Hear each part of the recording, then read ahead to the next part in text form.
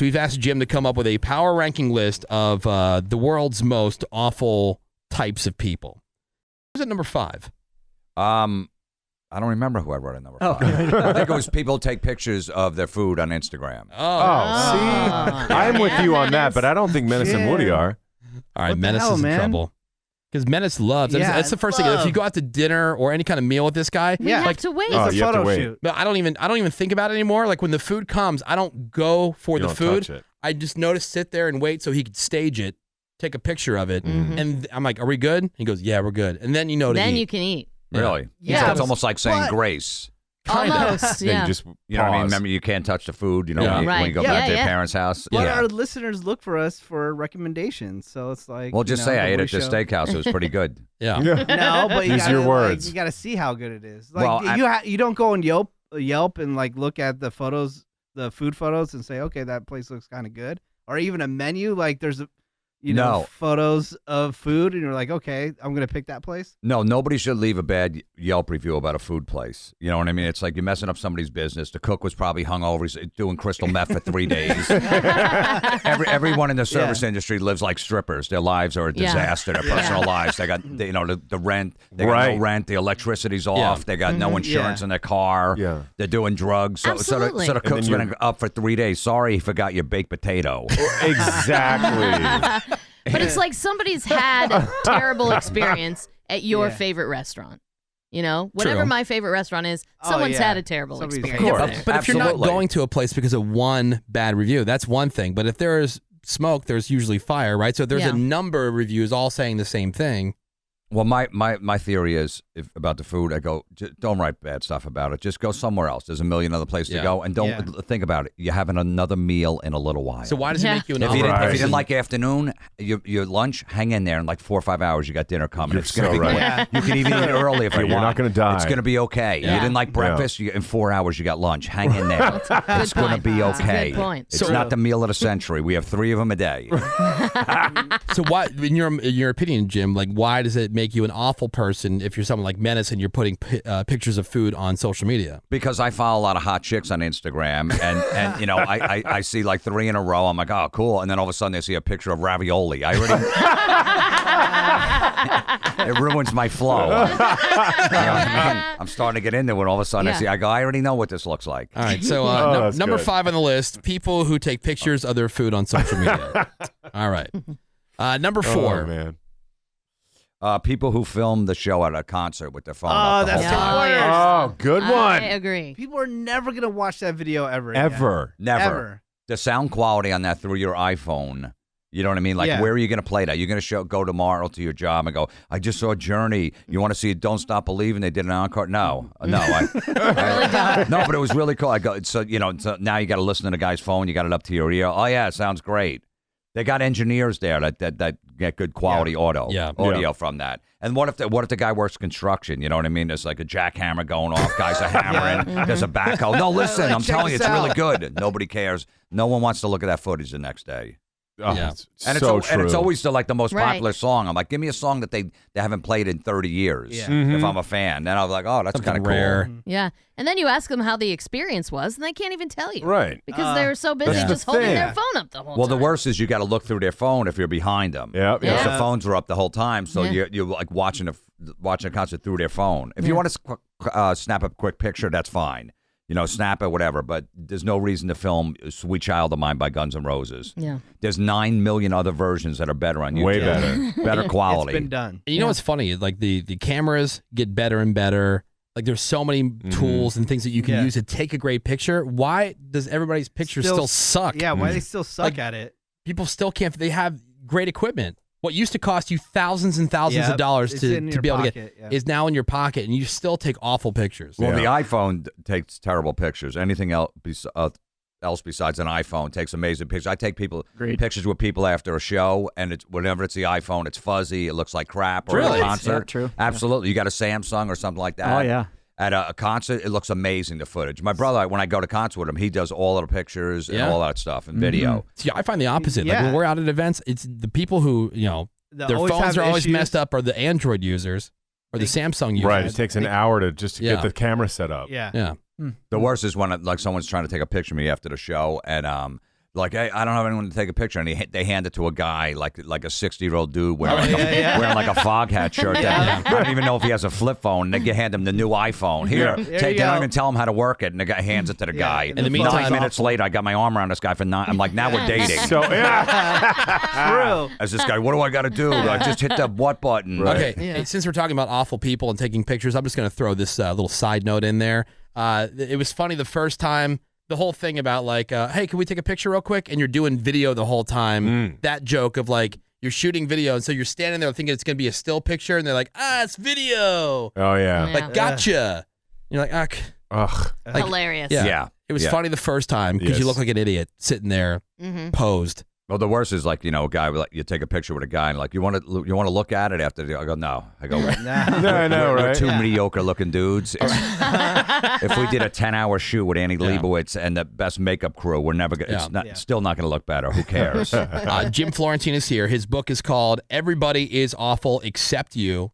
Available for pre-order right now at Amazon, Barnes & Noble, or you'll be able to buy it in stores beginning on February 20th. It's his power ranking list of the most awful types of people. 5 and 4 are down. Number 3. Car rental counter workers. When you rent a car. Yeah. That is tough. Why does it take 100 years? It does take 100 years. Well, that's just that it takes up, but just to try to upgrade you on everything. Oh, right. It's a whole interrogation.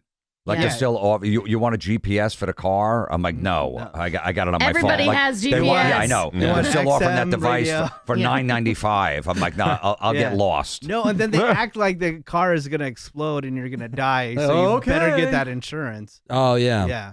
All the different types of insurance. Do you want the insurance? No, I have insurance on the credit card I'm using. Like, no. You want this level insurance? You want to pay this level? They just did it yesterday. I rented a car when I got to LA. The woman goes, you want to upgrade to a more comfortable car? I go, why? The car I got's not comfortable? Yeah, what are the seats made out of? I go, what kind of car is it? She goes, no, that's fine too. I go, but it's not comfortable? She goes, no, it is, but I'm just saying a bigger. I go, look, I just sat in the middle seat for 6 hours. You're going to feel like a king. I'm okay.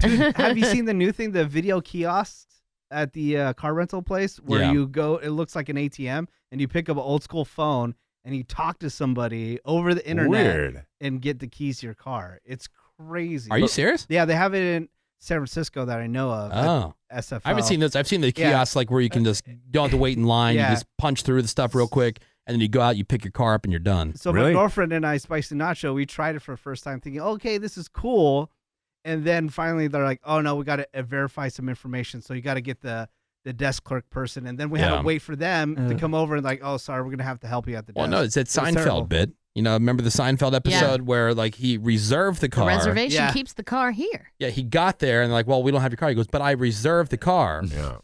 Well, what's the point of the reservation if you don't have the car? Yeah, the word reserve is right there. It's always. But Ravi's right. The process is longer than your actual flight. It is laborious. By the time your feet hit the floor to getting in the car, it's I've bought day. Cars. There's a new thing now with the tolls. They say you want to, you could pay for tolls. For $30 a day, and it covers all tolls on the highway. I'm like, I'm only doing local driving. No, but there's tolls. Some you can't even pay cash or. You know, it's only a credit card, so you're gonna have to pay like a $50 fine if you go through it.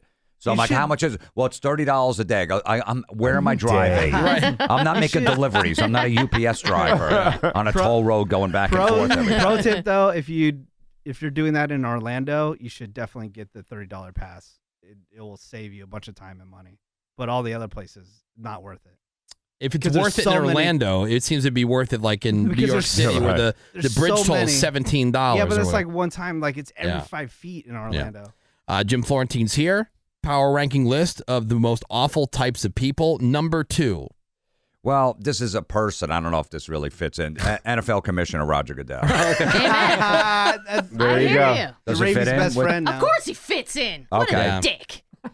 Ravi's got a lot of either. Ravi's got a lot of opinions on him. Yeah, they have arbitrary rules that they can justify at any time to make life easier for the Patriots, and that starts with him. Well, absolutely. I mean, but then he had to like suspend Tom Brady for those 4 days over the which I believe was fakery. Right, but he just kind of did that like, hey, see, I don't favor the Patriots. Yeah. Right. It was the first 4 games of the season. Yeah. They Right. still went Nobody 3-1. bought it. It wasn't important games. They played the Jets and the Dolphins twice. They went 3-1 with a third string quarterback. Then Brady comes back and wins the Super Bowl and the MVP and everything else. Absolutely. Well, that's absolutely. I mean, if you watch this Jaguar Patriot game this weekend, watch the calls that the Patriots get. Oh yeah, they'll get them all.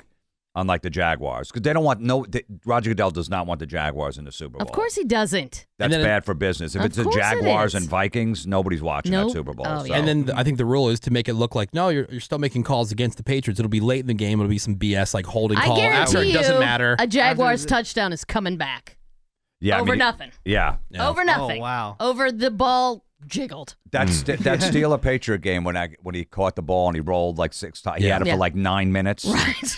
Yeah. That changed the whole season. It did. I know Pittsburgh lost last week, but Pittsburgh, they would have had to go into Pittsburgh for a championship game, and they probably wouldn't have won there. So it changed the whole. Pittsburgh wouldn't have even been playing Jacksonville. They're freaking kryptonite for whatever reason. Yeah. They would have been playing the Titans. That's right, and they were he's just ruining the NFL. Amen. In what other ways? Like in your opinion? We've heard Ravi's opinion. Okay. Well, the Rams are actually doing good, and they're getting some people to stadium. None of the stadiums are selling out anymore. People aren't going to the games. They're frustrated with too many flags. You know, the kneeling thing is definitely thrown in there too, and just the games are too. And every other play is a replay. Slow mo. Was his foot in? They're looking at blades of grass. I know. At this point, it's like, who cares? There's going to be a good call and there's going to be a bad call. When They all you even can't out. identify a catch, Right. your league sucks. Yeah. If you can't tell what a catch is, Yeah. he should be number 1. We've heard a lot from Ravi on this Ravi's one. very You're not And alone. just the Chargers are playing where Carson, Yes. and they can't. There's StubHub 28,000 people, and they can't even sell it out. Yeah. If you're a NFL team and you can't sell 28,000 Right. tickets, and most of them are bought by the opposing team, like the Eagles Yeah. come, Oh, totally. it's all Philadelphia fans going there. Yeah. So Very now you're true. gonna have 2 teams in LA when that stadium gets built in 2028. Right. Yeah. You know, Assuming it doesn't rain. they've been building it for 6 years, and it's still. Oh, yeah, they lost a whole year because there were some sprinkles. Yeah, 'cause Yeah. some That's rain. right. Yeah. But it was supposed to be pretty fast. Oy. Look, when you're measuring a first down with an index card, True. your league has issues. All right, so that's number 2 on the power ranking. Jim Florentine's here with his list of the most awful types of people, and we have reached number 1. Your most awful type of person, Jim. People who use hashtags in their dialogue. Oh, in the Oh, dialogue. when they verbally say hashtag? Oh, yeah. Hashtag truth bomb. Oh, God, that's good. oh, Good for you. that's brutal. Hashtag, whatever. Hashtag hungry. All right. Let's go get something to eat. Hashtag hungry. You hear that? Yeah. It drives me up insane. So bad. That's a great one. Doesn't it inherently take away the whole point of hashtag even by saying Speak it out loud? Yeah. Click on the air in front of you. Yeah. That's like when Rachel Ray, remember the on her show, she'd be like, just add some EVOO, extra virgin olive oil. Well, why did you abbreviate it then if you're going to say it right after your abbreviation? Yeah, well, I mean, the whole point of the hashtag is so you can like categorize Categorize it. like posts. Yeah. Yes. Like, it has no purpose or use for in verbal spoken Outside of- language. Yeah. Oh. Well, it's usually the guys that like work out in the gym. They post a picture of themselves working out. You Yeah. just want to tell everybody, look, I'm working out. You're not. I'm Right. better than you. Yeah. That's Yeah. basically what it is in a Yeah. nutshell. And then they'll put hashtag working out. Yeah. Hashtag lifting weights, hashtag determination, hashtag motivation, Yeah. hashtag Yeah. can't wait. All right, we get it. We Yeah. get it. You got a barbell over your head. I know what's going on in a picture. It's not magic. Like, what did we do before, like hashtags? Like, when you saw a Yeah, picture? how did we manage to I don't know. interpret a Yeah. photo? I don't know. You get your pictures developed, you bring it to a What's detective. this? Yeah. You hire a detective. Hey, can you tell me what's going on in this picture? There's not 17 hashtags. Yeah. It looks like 2 people on vacation drinking margaritas on the Yep. beach. Oh, okay, seems like they're happy. All right, thanks, because I didn't have hashtag I wasn't sure. vacation.